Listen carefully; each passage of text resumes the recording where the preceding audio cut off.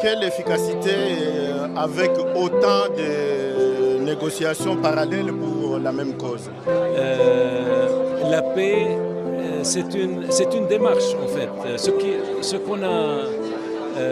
Ce qu'on a vu à Washington le 4 décembre, la signature de cet accord de paix, de l'accord de Washington, ce n'est que le début. On sait très bien que les choses ne vont pas être si faciles que ça.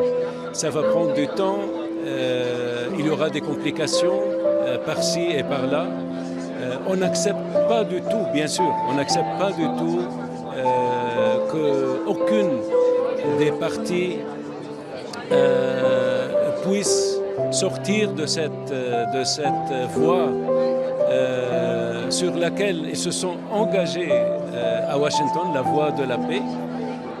Mais on sait très bien que c'est pas évident, il y aura des difficultés de temps à autre, mais c'est à nous,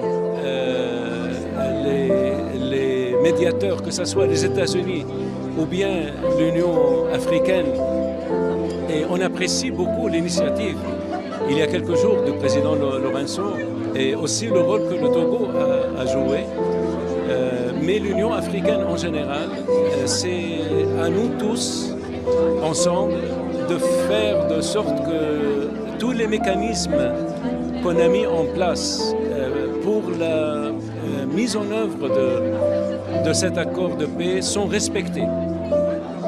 Et déjà, à quelles conditions ce cessez-le-feu pourra être respecté alors qu'il est décrété pour le mercredi prochain, alors nous voyons déjà le M23 qui se plaint qu'il y a violation de ce cessez-le-feu. À quelles conditions vous pensez que ce nouveau cessez-le-feu doit être? On sait encore une fois que c'est très compliqué, que c'est difficile, mais on est toujours optimiste parce que en ce qui concerne les États-Unis, en ce qui concerne le président Trump et le secrétaire Rubio, on s'est engagé avec nos partenaires dans ce processus de paix, dans cet accord de Washington. On n'acceptera pas que cet accord ne soit pas respecté de toute partie qui s'est engagée auprès du président Trump à Washington. Quelle sera la prochaine étape dans tout ce processus Doha, Washington, aujourd'hui Angola ou Luanda? Je peux dire aussi que c'est des processus qui sont complémentaires, qui sont tout à fait complémentaires.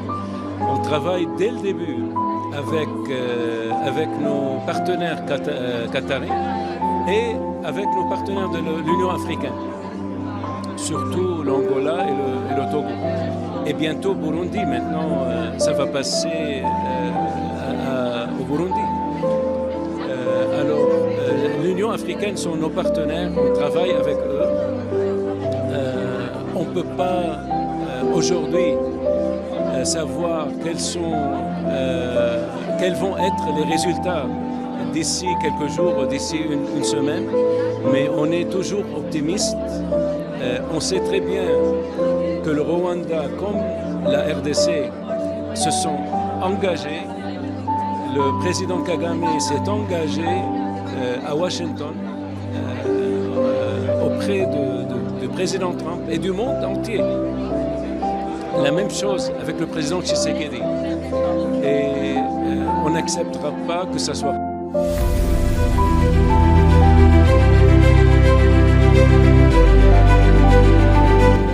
mais aussi un risque plus élevé.